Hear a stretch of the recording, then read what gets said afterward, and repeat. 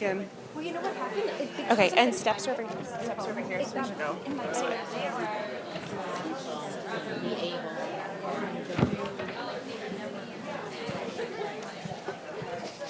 Hello. Thank you for joining for our 2022 edition of Expo Chicago, the International Exposition of Contemporary Modern Art. I'm Kate Sears-Batowski, Director of Programming. It is my great pleasure to welcome you to Dialogues, present in partnership with the School of the Art Institute of Chicago. Dialogues offers panel discussions, conversations, and provocative artistic discourse with leading artists, curators, and arts professionals on the current issues that engage them. Our 2022 edition of the Art Critics Forum will explore the role criticism can and should play in fostering an inclusive and equitable art world. At the same time, it will examine what forms of criticism can take today, given that its role, by definition, is to judge. Formed and moderated by Sarah Douglas, Editor-in-Chief of ARTnews, the discussion will be set against the ever-expanding universe of social, paid, sponsored, and other media in which the critic is just a single voice and where an Instagram post can seemingly make a greater impact than a review in a respected publication. A special thank you to our partner, ARTnews. Please join me in welcoming Sarah, who will introduce today's panelists.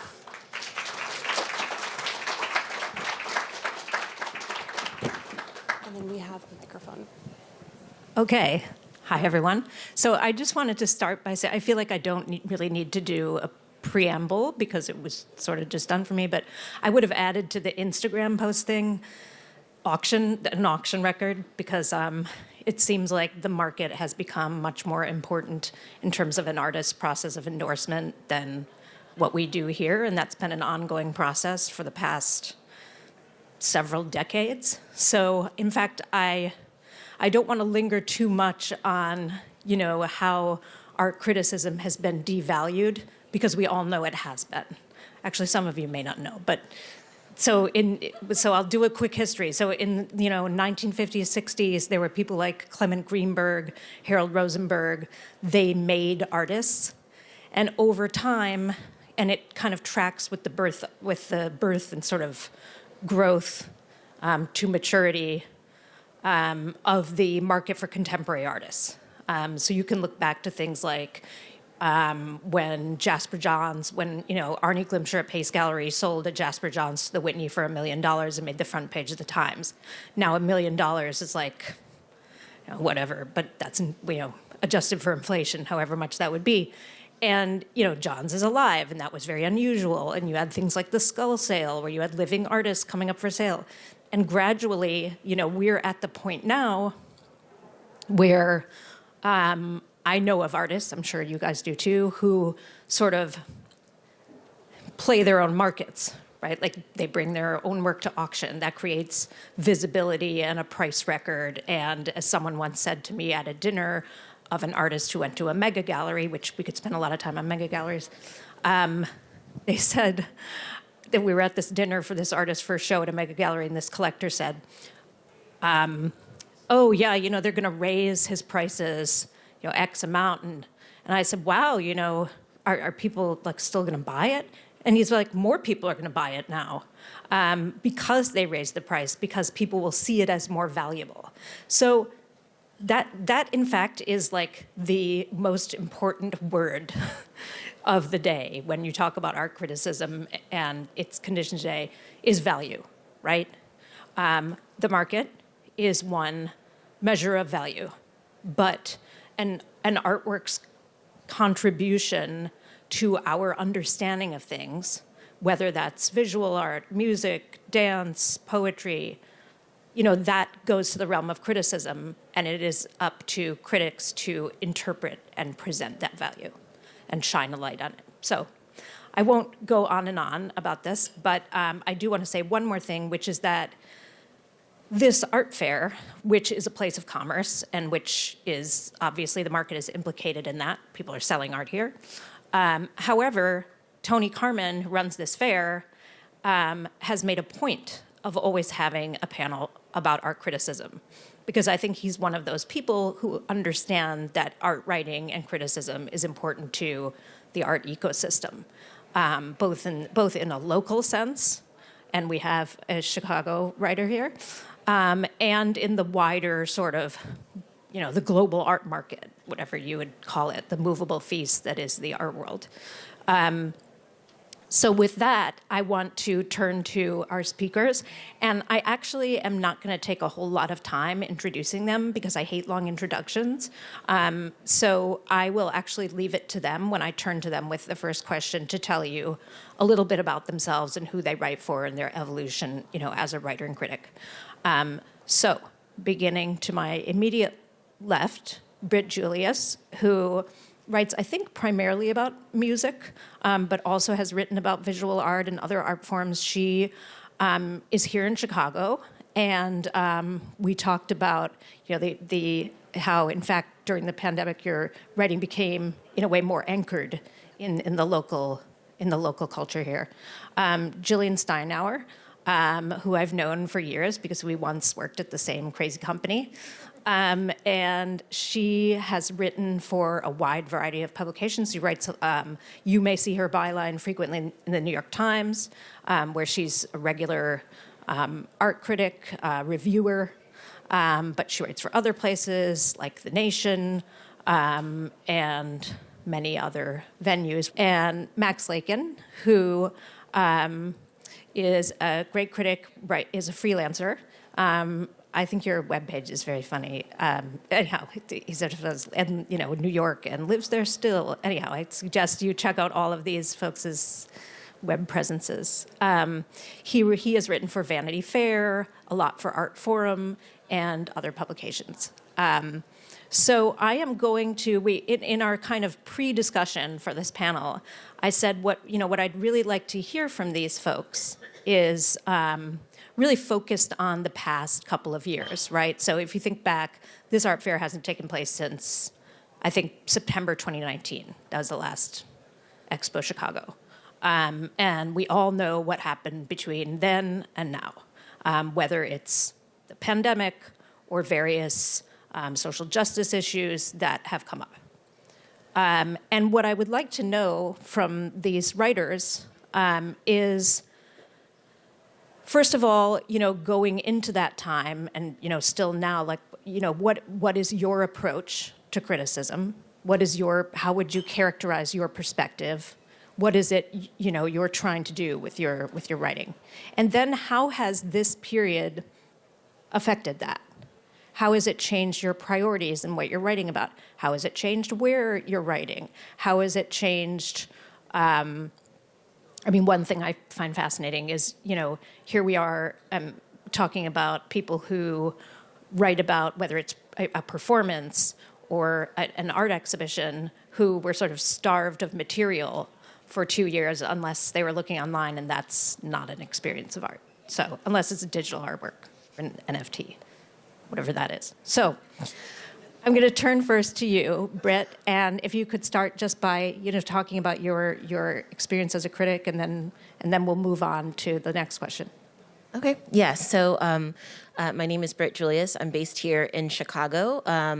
I have primarily been a freelance journalist for more than 10 years or so. I've written for a number of national, international publications, everything from the New York Times, Esquire, Elle, et cetera.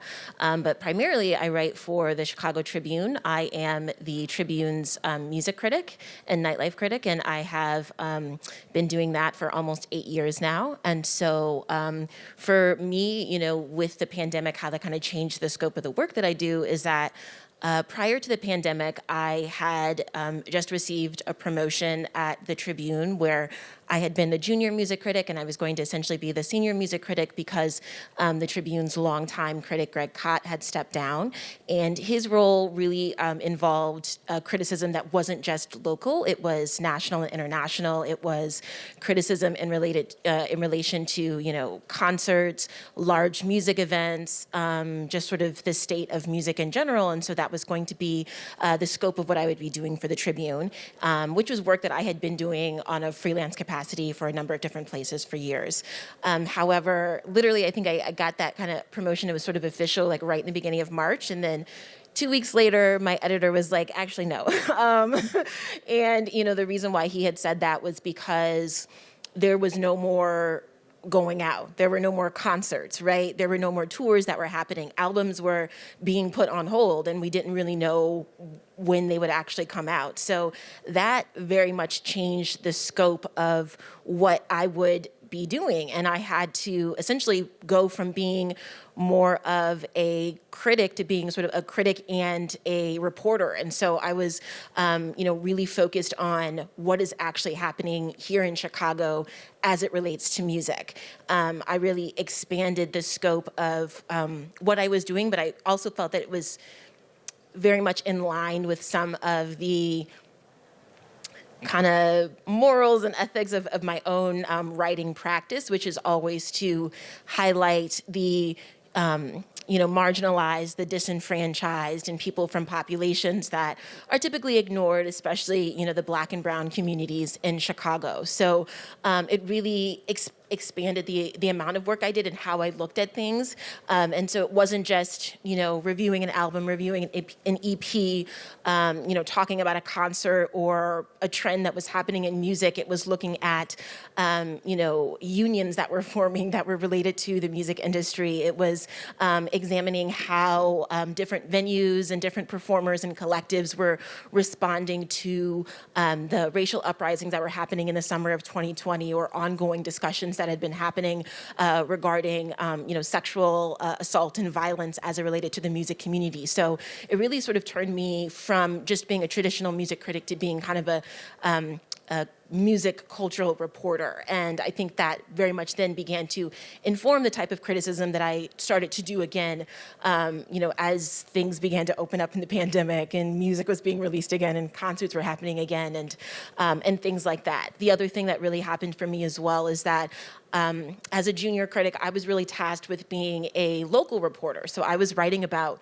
those scenes in general. I had been very much not embedded in them, but I knew what was going on in them, and sort of my responsibility to know, everything from, experimental jazz communities to, up and coming, techno subcultures to, genre blending, R&B performers. And so I was familiar with all of these different people from all different walks of life who were performing and creating sort of in their own kind of communities and microcosms around the city.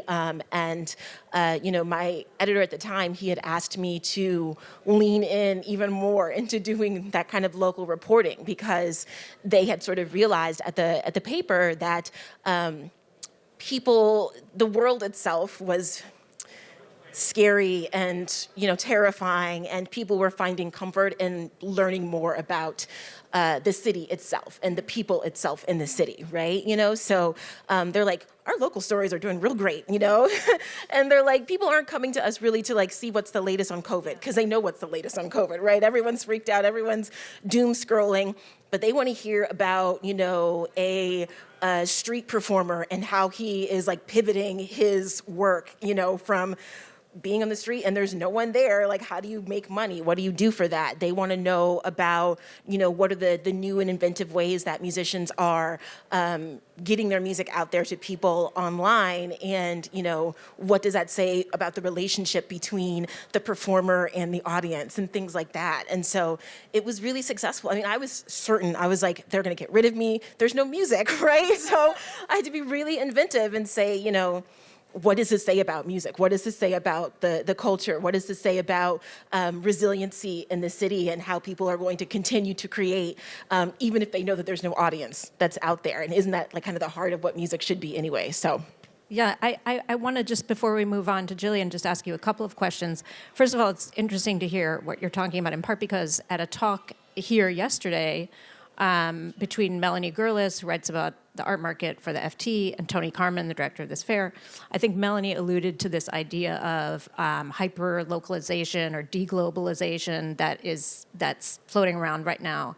Right. And it seems like what you're saying really speaks to that. But I also wanted to ask, so I haven't been to Chicago since September 2019. And I feel like coming back now, and I feel like I saw this at the opening of this exhibition, Skin in the Game. Yeah. There seems to be more crossover between, like someone said to me, Chicago's a music town and a food town. Like an art town, yeah, a little bit, And so, but I see more mixing of people in those worlds. At least I did at that opening. And I wondered if you can comment on that. Oh, yeah, I would definitely say that that's very tied with each other. What I've actually found kind of personally is that, especially within the last couple of years or so, I guess maybe really even like 2020, but before that as well, like, artists from different genres were not afraid to interact with each other. Now, it's not every genre in Chicago for sure, but there's definitely a really strong connection between visual art and music in Chicago, and it continues to get, continues to grow more and more.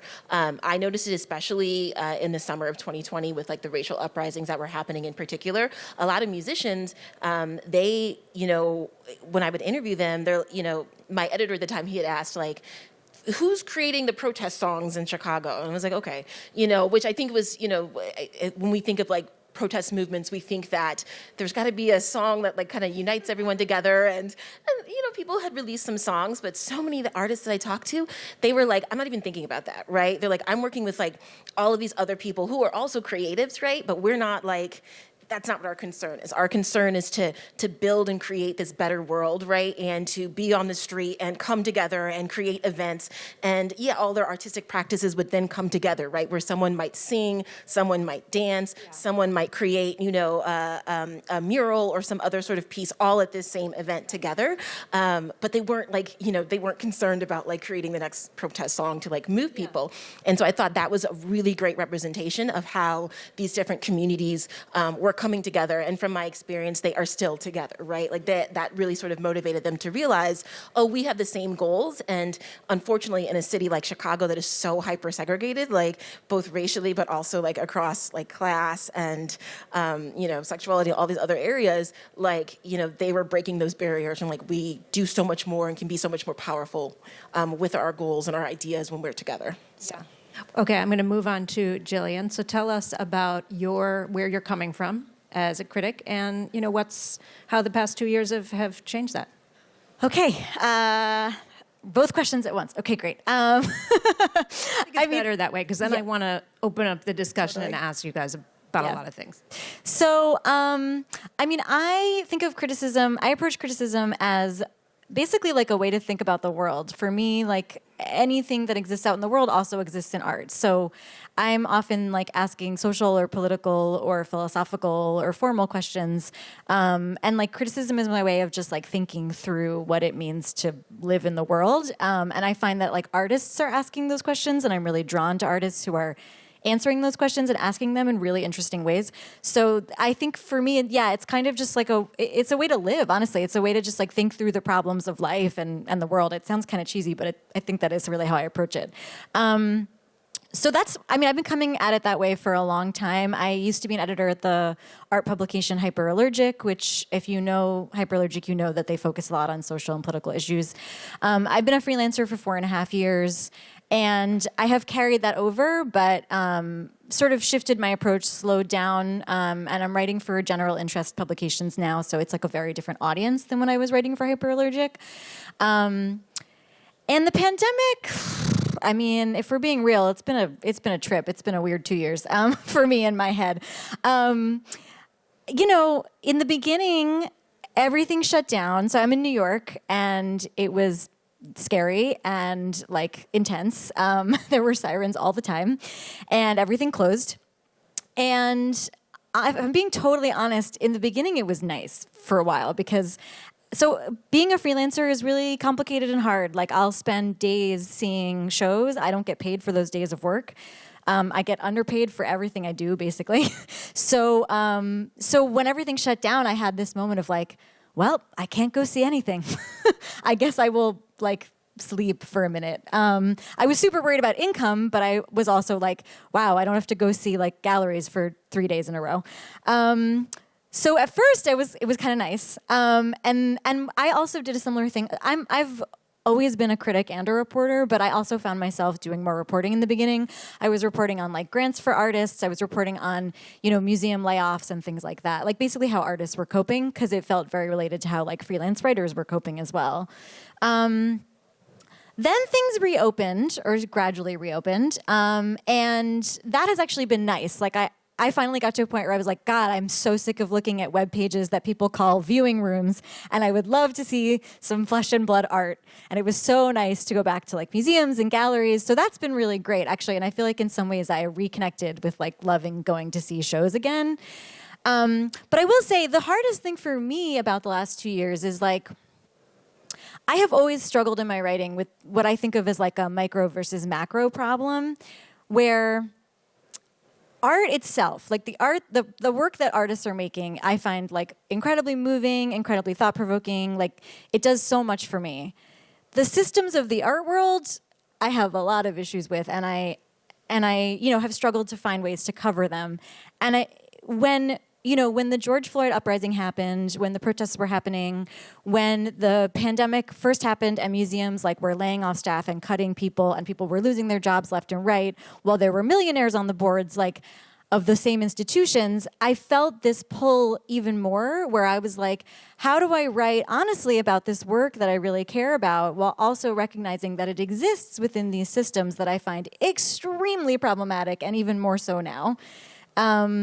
And like I said, that's always been something I've struggled to confront, but I think in the last 2 years it has felt even harder for me to kind of wrap my head around how to do that, because the contrast just feels very extreme. Like especially in the beginning when like, hundreds of people were losing their jobs.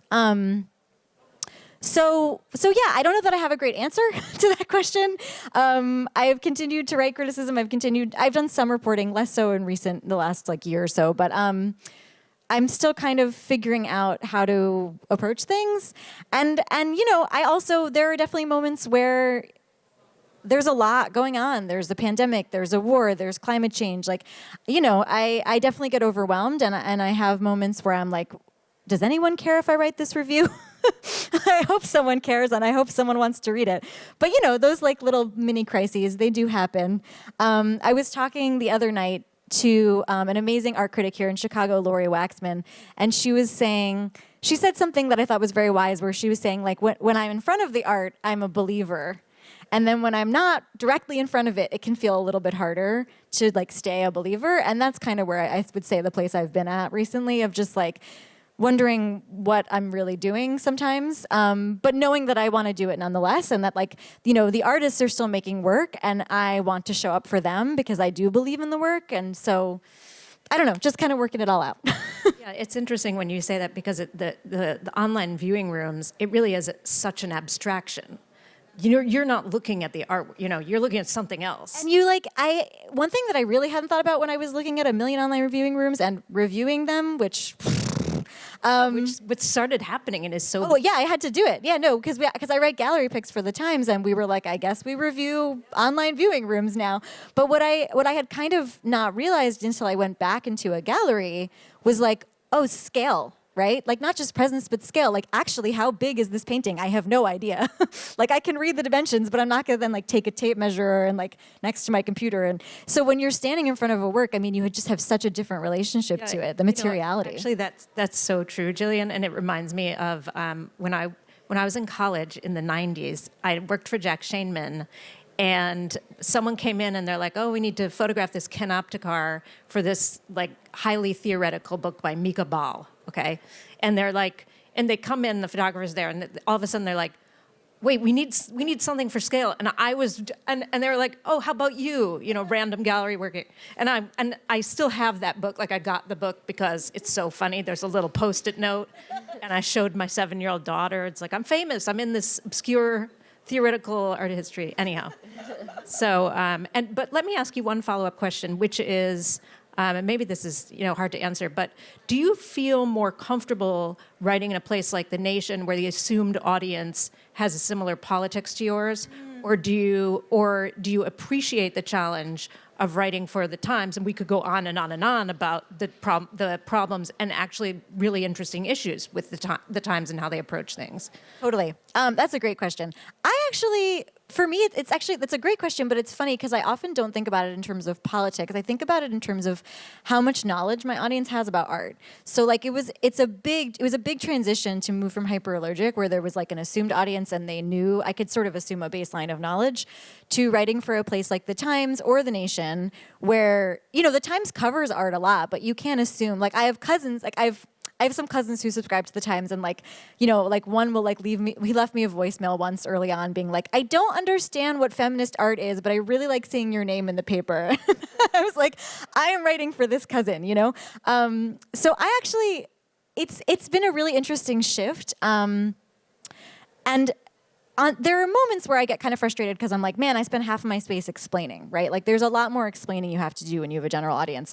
But I actually love it because I feel a lot more like kind of a translator in a way, or like almost like a bridge. Like I feel like I really, almost also an evangelist. Like I think contemporary art is so fascinating. Like there's so many fascinating questions and conversations happening. And like the vast majority of people, at least that I know outside of the art world, like are not engaged with these questions and this stuff. And I really like the challenge of kind of having to explain to someone why that might matter, or why they might want to think about that. It's like, it's hard. And I have moments where I'm like, am I even doing any real criticism? I don't know. By the time I've explained, I'm done. I'm out of space.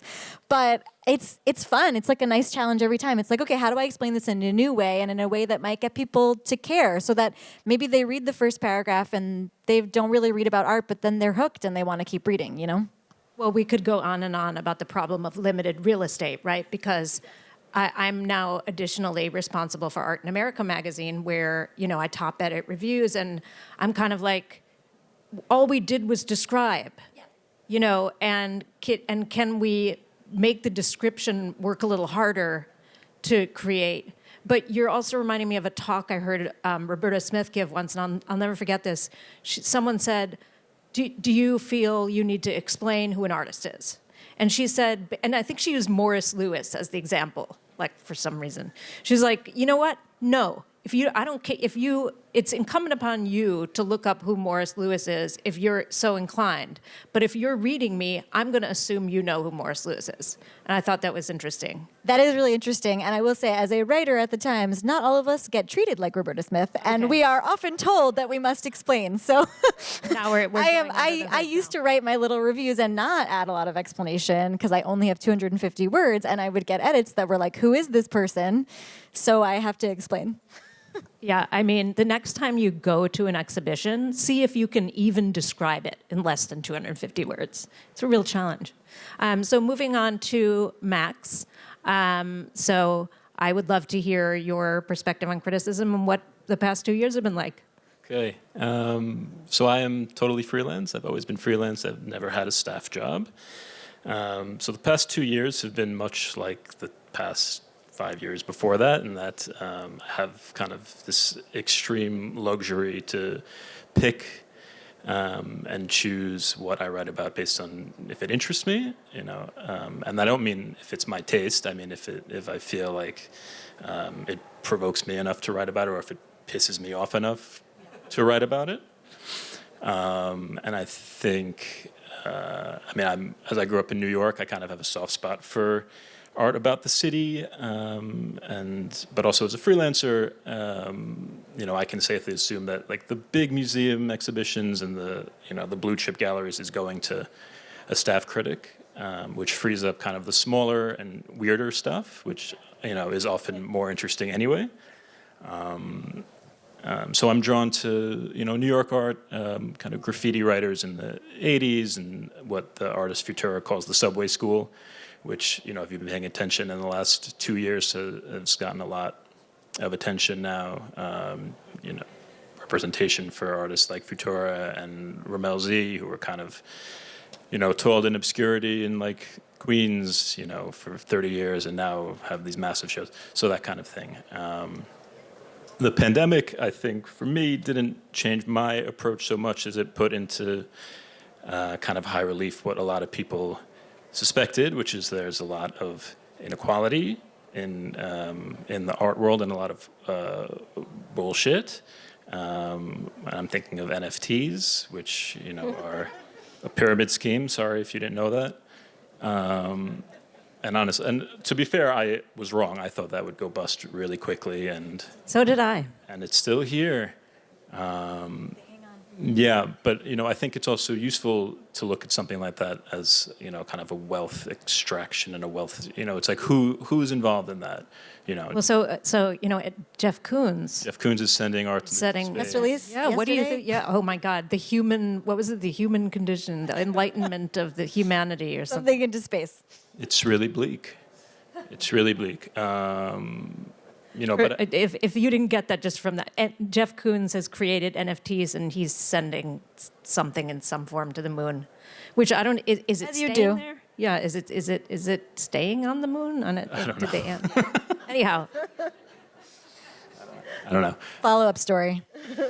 But I think besides that, we saw kind of the ways that art can be used. Not just. I think artists have kind of this amazing ability to not so much tell people, but show people how to feel about something. And I approach criticism, and I also write features and profiles and reporting also. I approach it as a service, kind of as Jillian said, this kind of translator or intermediary, because unless you're able to see a gallery show or whatever, and online viewing rooms don't count. Although I will say, as an aside, the way that online viewing rooms are represented, the capital OVR, and you read it as like Art Basel over, it's like screaming this thing, which is a nice idea, Anyway, no, I just think it's. I never thought that. That's how I always looked at it, like put Art that Basel E in. over, like that kind of thing. No, but kind of the ways that art can do that, but also the way that art can be manipulated, which is something I saw during the protest when you had luxury stores like Louis Vuitton and Cartier board up their stores and then put this kind of like sanitized graffiti light art about how love and peace and understanding, but also we're worried that you're going to steal the goods inside. So that is kind of a manipulation of art, and that really. Right. At the same time, those boards themselves got turned into artworks by the people, basically. And right. There were two strains of that. In Soho, there was kind of this kind of plein air that's true. Yes. gallery, and those were real artists who were really responding earnestly, genuinely to what was going on. And then there was the Uptown stuff where it was the artist, I think Chantel Martin, who leaked her email from Microsoft about how they wanted her to make this like feel-good mural for their store, and she was like rightly recognized it for what it was, which was heinous and that kind of thing. So I felt that was a good example of a similar idea and kind of two versions of how art can function. Yeah. I mean, not to go off on a tangent about this, but those plywood boards that got turned into like de facto artworks were then collected by an organization, and I can't remember the name, but then there turned out to be two factions within the organization. There were two people who found This is the George Floyd thing, right? They collected the murals from downtown. Yes, exactly. Yeah, and then some of them got brought to the Hamptons. Exactly, Yeah, and then right. there was a this shit up? split between the two of them because they were up during a gala, and they were like, The total perversion Watermill of the idea. Gala. Yep. Yeah, it was a total perversion of Yeah, the and the idea. one group was like, we didn't even know they were taking them. Yes, exactly, and that was it turned out to be a tempest in a teapot, but I regret that we didn't do more coverage of that because it really captured something, and I think that gets to, what I think of like the wider context of our criticism is there's the sort of narrow context of you're reviewing a show. And in a way, that's a recommendation for someone to go see it because you only have 250 words. But in the wider context of our criticism, shouldn't we be criticizing or noticing the way art is used, the way it's deployed, the way, in that sense, the market comes into it. It's a holistic thing. I don't know if Max is done. I don't want to cut in if you're. No, I think we can. Okay. Let's open it up because we have limited time. Well, one example so this is sort of what I was sort of trying to get at with like this micro macro thing is like, I often struggle with how to be fair to the artist and also include that critique, right? So I wrote about, I profiled Howardina Pindell when she had a show at the Shed, and like the show was so long overdue. Her recognition, her success are so long overdue. She's an incredible person and her work is incredible. But I really struggled when I was writing that, like the Shed. I have so many issues with the Shed, the way money was raised for the Shed, what the Shed stands for, like all of these things. And I was like, it's not Howardina's fault that the Shed is the one who gave her the show that it maybe like the Whitney should have given her, but they didn't. But then how do I, be like true to her and the work while also thinking about like this real critique of the space in which the work is being shown? I don't have a good answer. I want to ask a sort of a difficult question, and I'm sorry for putting you guys on the spot. If you don't want to answer it, that's okay. But Britt, something you said really reminded me of this ongoing controversy about, if an artist, a creator of any kind, right, is called out for poor behavior, how do we treat the work? One can't say a few words about that, but I wondered if that's something you've had to think about. Yeah, for sure. It happens a lot in the music industry in terms of the coverage that I do, like a lot. And I think people have become a lot more open and vocal about expressing that. So I think I have a reputation for being very open and wanting to discuss, these sort of things. And I've been on panels that, kind of focus on things such as like sexual violence in the music community or, racism in the music community, et cetera. And so, I have people who will reach out to me and they'll be like, this guy's a rapist. Like, and I'm like, oh, fuck. And I was like, I just wrote about him. You know what I mean? Like, what do we do there? And, it's been really... I've been having these discussions with my editors, right? And we're like, how do we approach this? So it is usually like a two-part, or actually not two-part, a multi-part thing where, I will speak to whoever's coming to me to hear their story.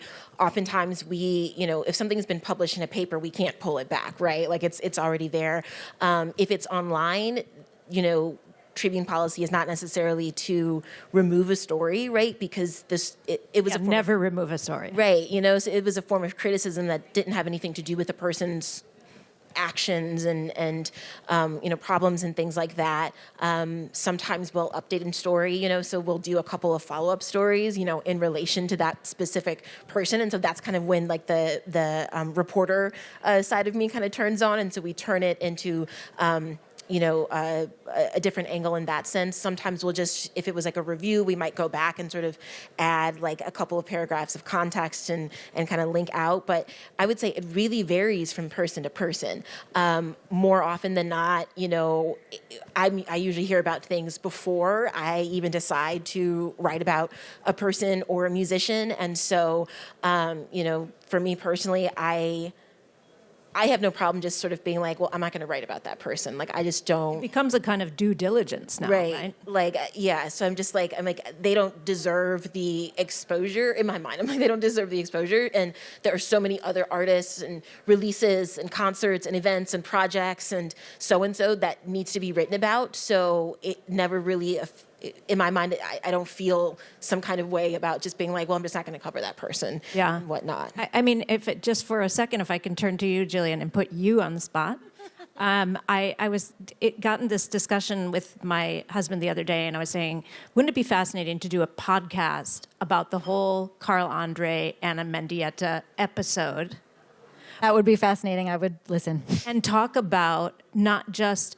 So the artist Carl Andre, as many of you know, was accused of pushing his wife, the artist Anna Mendieta, out a window in the 70s or 80s. And he was acquitted, okay? He was acquitted. He was not found guilty, and we always need to say that. But there is a faction of the art world, many of them feminists, who continue to believe that he did it. And what's interesting is it's almost a mark of your identity to believe that he did it. There are artists who will just say this. Oh, yeah. I mean, at Hyperallergic, I covered... so when I was at Hyperallergic, there wasn't Carl Andre show at Dia, a big Carl Andre show, and I covered... There was a protest that I covered, and then there was another protest at Dia. Like, one was in the city and one was upstate. And I remember when I covered the protest in the city, that was sort of my first exposure to it firsthand, where the people there were like... all the protesters were like, just straight up, like if you interviewed people, they'd be like, no, he killed her. Like people really, really believe it. Yeah, I mean, I don't know. I kind of do what Britt does, where like I don't cover people if I think that they are abusers, or like, I try to just kind of choose by. I think the choice is not covering in a lot of ways. But yeah, the Carl Andre thing is really tricky because when. So there were some feminists who staged a protest at Dia Beacon in the show, where they went to the show and they staged like a cry-in. They sat down and started crying around the work. And what they were sort of objecting to was the way that she was erased from his life. Like she was not mentioned. There's no mention of the fact that he was tried and acquitted, like nothing. Whereas often in the reverse, when you're talking about Ana Mendieta, you kind of can't. He's always mentioned, right? That's because that's how she died. So it's like this way of like who gets biographized and who doesn't, and who gets to have like the presumption of neutrality. You don't need to know about their life story or maybe the shady things they've done, or maybe we don't need to talk about it because the work speaks for itself, right?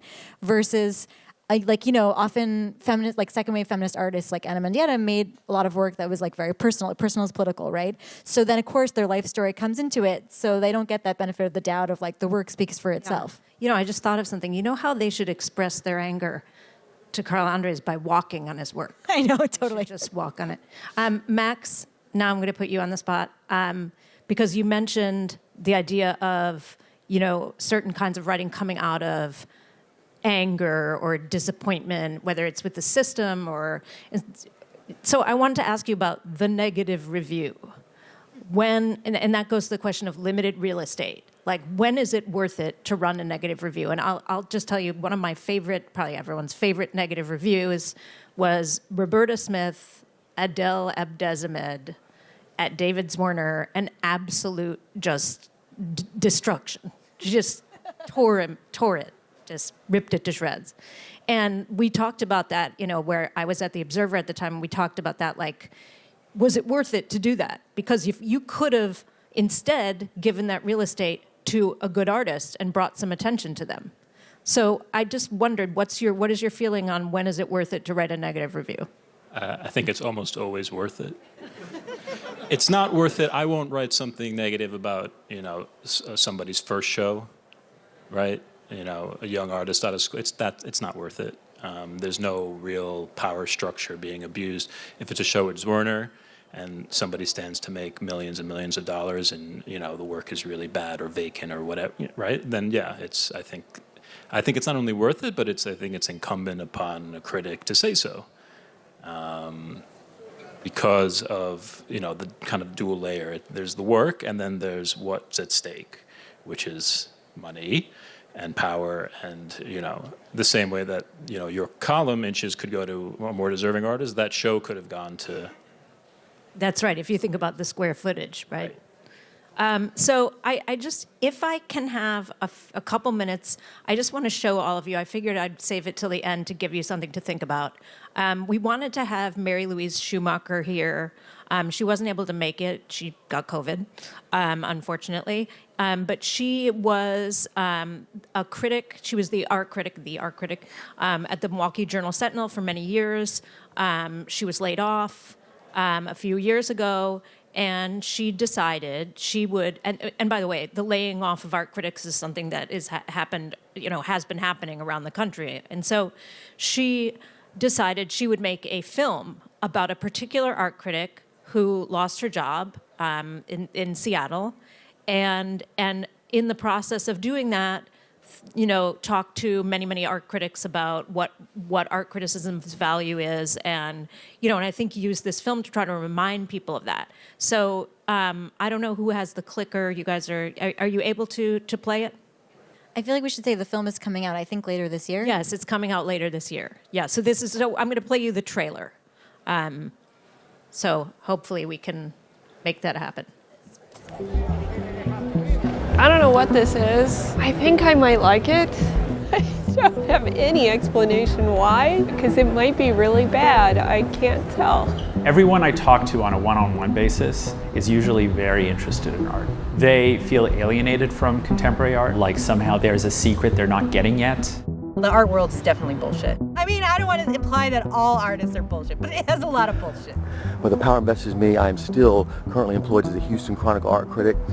I declare that this fucking piece sucks. This painting will be a classic. Art museums will borrow it. Textbooks will reproduce it. I don't think that I can point to any popular culture depiction of art critics where they aren't a stand-in for kind of snobby elitism or out-of-touch weirdos. Critique is so limiting and emotionally draining. They basically hate us. I mean, I'm always surprised when I find out anyone's read anything that I've written. I love experiencing physical objects. I don't necessarily like reading about inanimate objects. I don't think most people understand criticism, period. Art criticism means nothing to the average person on the street. And artworks can, could, should, would. There's so much that you can get from a really incredible artwork that utterly shifts your experience of the world.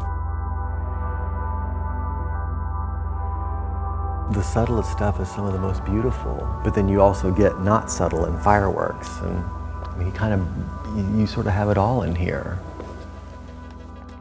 When I came here 11 years ago, there were 4 full-time critics just in Seattle, and there was one at the Oregonian.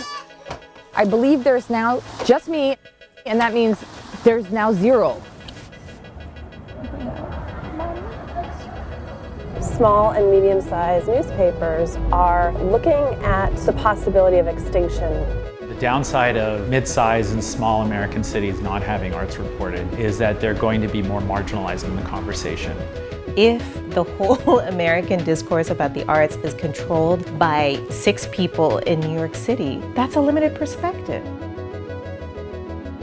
If they're the only ones with the power to define something, you are taking away power from other people.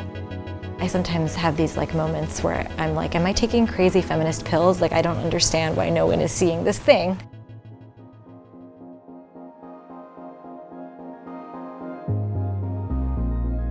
As much as we like to moan and groan about the death of art criticism, this maybe is also a reason to be excited about new voices coming in, about these new ways of presenting it. We're at the cusp of a particular moment where there is this rise of forces like hyperallergic. The role of the critic has changed. A lot of this technology is so new, it's still the chaos of the wave crashing. We haven't quite figured it out yet. Art and popular culture actually merged together in a completely different way in the last decade. The tools typically associated with art production are everywhere. I think that there is a Facebookification, a Twitterification of art. Something that spreads really virally through the internet is seldom something that really makes you think. People like to think of art as purely being about good and somehow neutral, but art is never neutral. Our idea of art and what art should be has changed.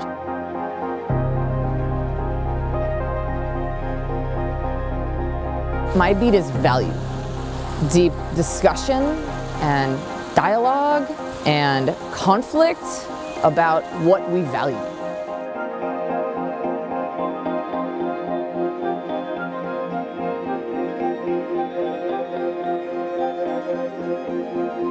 This work is for the people.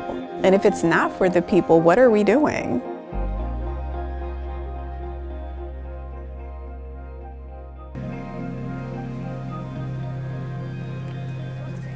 So I encourage you to see this film when it comes out, and also to read, of course, the writing of all our great speakers here. So thank you for coming, and sorry I was late.